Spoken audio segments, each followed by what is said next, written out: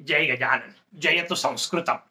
भगवान श्री अवधूतांनी महाराज यदूंना केलेला उपदेश तो आपण सगळा सविस्तर पाहतोय. वेगवेगळ्या प्रकारे मी 24 गुरु कसे केले याचं वर्णन ते करतायत आणि त्यातल्या शेवटच्या गुरुचं चिंतन आज आपण या भागामध्ये करणार आहोत. 24 गुरूंचं चिंतन आपलं संपूर्णतेला जाणार आहे.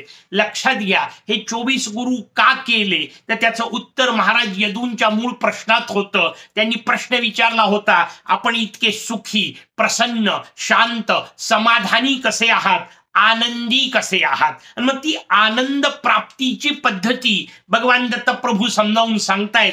अवधूत त्याचा उपदेश करतायत आणि तो उपदेश करताना त्यांनी सांगितलं, अगदी शेवटच्या टप्प्यावर येऊन पोहोचल्यावर, की आनंदी व्हायचं असेल ना तर एकमेव उपाय आहे भारतीय संस्कृतीने सांगितलेला 24 तास आनंद रूप असणाऱ्या परमात्म्याशी एकरूप होणे. दुसरा मार्गच नाही. लक्षात घ्या, आनंदी व्हायचं असेल तर आनंद रूपाशी एकरूप व्हावं लागेल. आणि आनंद रूप कोण आहे तर परमात्मा आहे, ज्याला आपण भगवान म्हणतो. तो भगवान आनंद रूप आहे. मला त्या भगवंताशी एकरूप व्हावं लागेल, मला भगवान व्हावं लागेल. पण लक्षात घ्या, हे भगवान व्हावं लागेल हा शब्द व्यवस्थित समजून नाही घेतला तर नसलेले गोंधळ होऊ शकतात. म्हणजे भगवान होणे या वाक्याचा अर्थ, ज्या कोणत्या देवाची उपासना करता त्याचं बाह्यरूप प्राप्त होण्याची शक्यता आहे का तर त्याचं उत्तर आहे बिलकुल नाही. तुम्ही भगवान विष्णूंची कितीही उपासना केली तर तुम्हाला आणखीन 2 हात फुटतील असं काही होणार आहे का त्याचं उत्तर आहे बिलकुल नाही. अशा कुठल्याही बावळट गोष्टी भारतीय संस्कृतीने कधीही सांगितलेल्या नाहीत. तुम्ही शंकराची कितीही उपासना केली म्हणून तुम्हाला प्रत्यक्ष स्वरूपात तिसरा डोळा, ज्ञानचक्षु विषय बाजूला ठेवू, प्रत्यक्ष स्वरूपात तिसरा डोळा तयार होणार आहे का तर त्याचं उत्तर आहे नाही. तुम्ही हनुमंताची कितीही उपासना केली म्हणून तुम्हाला पुच्छ निर्माण होण्याची शक्यता आहे का त्याचं उत्तर आहे नाही. तुम्ही मोरयाची कितीही उपासना केली तर तुम्हाला सोंड फुटेल अशी शक्यता आहे का त्याचं उत्तर आहे नाही. अपवादात्मक काही गोष्टी भारतीय संस्कृतीत आहेत. विषय निघाला म्हणून मी आपल्या समोर सांगतो. भगवान भृशुंडी नावाच्या महर्षींचं चरित्र गाणपत्य संप्रदायात वर्णन केलेलं आहे. गजानन गजानन गजानन असा जप करता करता त्यांच्या भुवईतून सोंड फुटली आणि त्यांना गजाननत्व प्राप्त झालं. आणि भुवईतून सोंड फुटली म्हणून भृशुंडी हे नाव प्राप्त झालं. असा एक अपवादात्मक प्रसंग वर्णन केलेला आहे. एकच ऋषी आहेत तसे जे देह स्वरूपामध्ये आपल्या उपास्य देवतेसोबत एकरूप झाले. अगदी थोड्या वेळापुरता हा प्रकार चिंचवड निवासी परमपूज्य चिंतामणी देव महाराजांच्या जीवनामध्ये कथारूपात आपल्याला पाहायला मिळतो. त्यांनाही काही मिनिटांपुरती अशी अवस्था प्राप्त झालेली होती, पण ती पूर्ण वेळची नाही आणि नंतर राहिलेली नाहीये. पुन्हा ती सुद्धा लुप्त झाली, गुप्त झाली असं वर्णन आहे. पण लक्षात घ्या, असं स्वरूप प्राप्त होईल का त्याचं उत्तर आहे नाही. असं होत नसतं. कोणत्याही माता भगिनीने जगदंबेची किती उपासना केली म्हणून ही अष्टभुजा दशभुजा झाली असं होण्याची शक्यता आहे का तर त्याचं उत्तर आहे बिलकुल नाही. आणि ते अपेक्षितही नाही. म्हणजे ते होतं की नाही हाही प्रकार नाहीये, अपेक्षितच नाहीये. मग अपेक्षित काय आहे? भगवान व्हायचं म्हणजे काय तर त्याचं उत्तर आहे तो शब्द व्यवस्थित समजून घ्या तर आपल्याला भगवान होणे म्हणजे काय ते कळेल. त्याच्यामध्ये भग असा शब्द आहे मूळचा आणि भग शब्दाचा अर्थ सांगितलाय तेजस्वी. मग भग म्हणजे वानम या शब्दाचा अर्थ तेजस्वी असणारा तो भगवान, तेजस्वी असणारी ती भगवती. जगदंबेचं वर्णन करताना तेजस्विता हा मूळ शब्द आहे आणि मला तेजस्वी व्हायचंय. तेजस्वी होणे म्हणजे भगवान होणे. तेजस्वी काय असतं? सूर्याचं वर्णन आपण पाहिलं, दीपकाचं वर्णन आपण पाहिलं. आपल्याला सहज लक्षात येईल की तेजाचा संबंध, तेजस्वी असण्याचा संबंध त्या दीप्त असणाऱ्या अशा प्रकारच्या तत्वांशी आहे आणि म्हणून दिव्यत्वाशी आहे आणि म्हणून मला दिव्य व्हायचंय. देव शब्दामध्ये सुद्धा संस्कृतचा द्यू असा धातू आहे. त्याच्यातही प्रकाशने, प्रकाशित करणे, चमकणे असेच त्याचे अर्थ असतात. वैशिष्ट्यपूर्ण असणे हाच त्याचा अर्थ असतो. आणि मग मला देव व्हायचंय, भगवान व्हायचंय म्हणजे काय? मला तेजस्वी व्हायचंय. तेजस्वी ज्ञानाने होता येतं, तेजस्वी अध्ययनाने होता येतं. आणि मग असं तेजस्वी होणे हेच शिक्षणाचं उद्दिष्ट आहे. म्हणून म्हटलं भगवान होणे हा या संपूर्ण प्रक्रियेचा अंतिम फलस्वरूप असणारा भाग आहे. तो आपल्याला समजून घ्यायचा आहे. मला तेजस्वी व्हायचंय, मला प्रकाशित असणारा आणि प्रकाशित करू शकणारा असं व्हायचंय.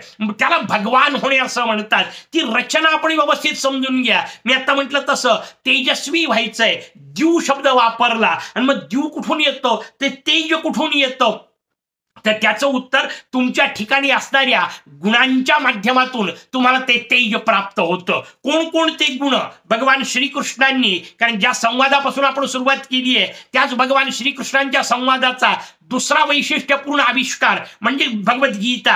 अर्जुनाच्या निमित्ताने संपूर्ण जगाला दिलेले ते दिव्य ज्ञान, त्यामध्ये 16वा अध्याय सांगितला भगवंतांनी. तिथे दैवी संपत्तींचं वर्णन केलं. मग ज्या ज्या सद्गुणांचं वर्णन आपण जगामध्ये करतो किंवा जे जे सद्गुण वेगवेगळ्या पद्धतीने मी प्राप्त केले असं भगवान अवधूत सांगतायत, त्या सगळ्या गुणांना दैवी गुणांमध्ये समाविष्ट केलेलं आहे. अभयम, सत्व संशुद्धी, ज्ञानम, योग व्यवस्थिती, अशा पद्धतीत भगवंतांनी त्याची एक सूची सादर केलेली आहे.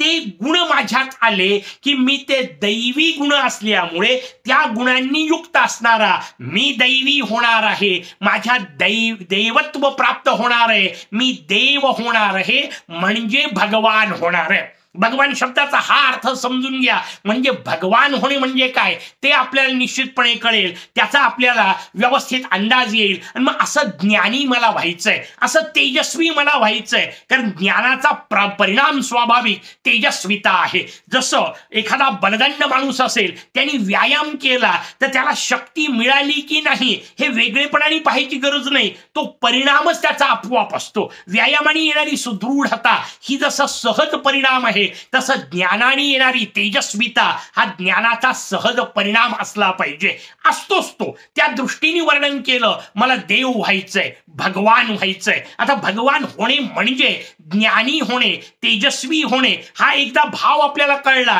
की मग पुढची रचना आपल्याला सांगता येतात. असं मला भगवान व्हायचंय, कसं होता येईल, मार्ग कोणता आहे, कोणत्या पद्धतीने माझ्या ठिकाणी हे ईश्वरी गुण प्रगट होतील, तर त्याचं वर्णन करताना शेवटचा गुण प्राप्त केला कोणता तो सांगताना भगवान अवधूत सांगतात की त्यासाठी अत्यंत अनिवार्य असणारी गोष्ट जर कोणती असेल तर ती अखंड ध्यास ही आहे. शेवटचा गुण कोणते शिकले, अखंड ध्यास, अखंड चिंतन हा शेवटचा गुण ते शिकलेले आहेत. त्या गुणांचं चिंतन शेवटच्या याच्यात करतात, कारण शेवटी तेवढंच समजून घ्यायचंय जे माझं उद्दिष्ट ठरवणार आहे मी या ज्ञानाच्या माध्यमातून. आणि उद्दिष्ट कोणतं, आनंदी होणे, प्रसन्न, सुख, शांत हा उद्दिष्टाचा भाग आपण पाहिला. ते उद्दिष्ट गाठण्यासाठी अखंड चिंतन म्हणजे त्याच गोष्टीचं कायम लक्षात ठेवा. यश नावाची कोणती गोष्ट अचानक आकाशातून कोसळत नसते.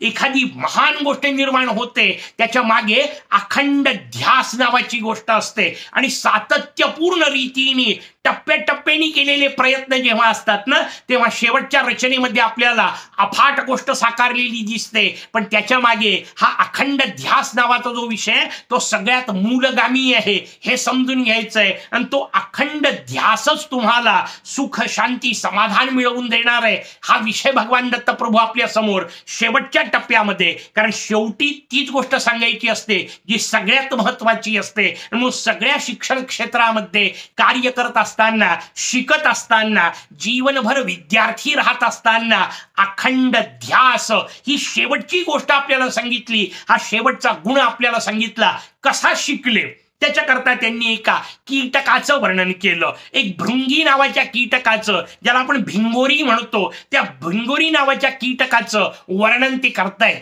काय वर्णन केलं, छोटासा एक प्रसंग सांगतायत. तो प्रसंग सांगताना ते म्हणतात की लक्षात घ्या, राजा यदूला सांगतायत मी फिरत होतो, फिरता फिरता मला एक भिंगोरी नावाचा कीटक दिसला. तो किडा उडत होता. उडता उडता त्यांनी पाहिलं, भगवान दत्त प्रभू पाहतायत त्या उडणाऱ्या त्या कीटकाने एक कुठली तरी आळी पकडली आणि ती आळी घेऊन आला. आल्यानंतर त्यांनी त्याचं छोटंसं जे घरटं आहे त्या घरट्यात त्या आळीला ठेवलं. आणि आळीला नुसतं ठेवलं नाही, येता जाता त्या आळीला ती भिंगोरी सारखी डंख मारतीये. अत्यंत वेदनादायी अशा प्रकारचा तिचा डंख आहे आणि सातत्याने ती येता जाता त्या आळीला डंख मारत आहे. स्वाभाविक आळीची अवस्था काय असणार आहे? खायला काही नाही, प्यायला काही नाही, तिला काही मुद्दाम आणून दिलेलं नाही आणि येता जाता वरून डंख मारल्या जात आहे. सारखी तिच्या डोक्यात त्या भिंगोरीचं चिंतन चालू आहे.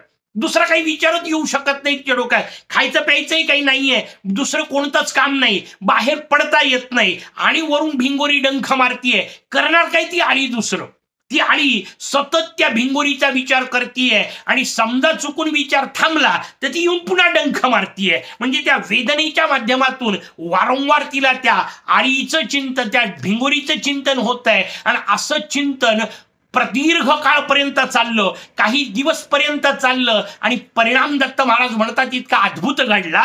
जिथे कुठे शांतपणे बसले असतील तिथे समोर ती घटना घडत असेल, काही दिवस तिथं बसले असतील, वारंवार येऊन तिथं थांबले असतील, त्यांनी ते पुन्हा पुन्हा पाहिलं असेल, ते सगळं पाहून ते सांगतात की परिस्थिती मला लक्षात आली. एक दिवस अचानक अशी अजब गोष्ट घडली की त्या घरट्यातून 2 भिंगोऱ्या उडाल्या.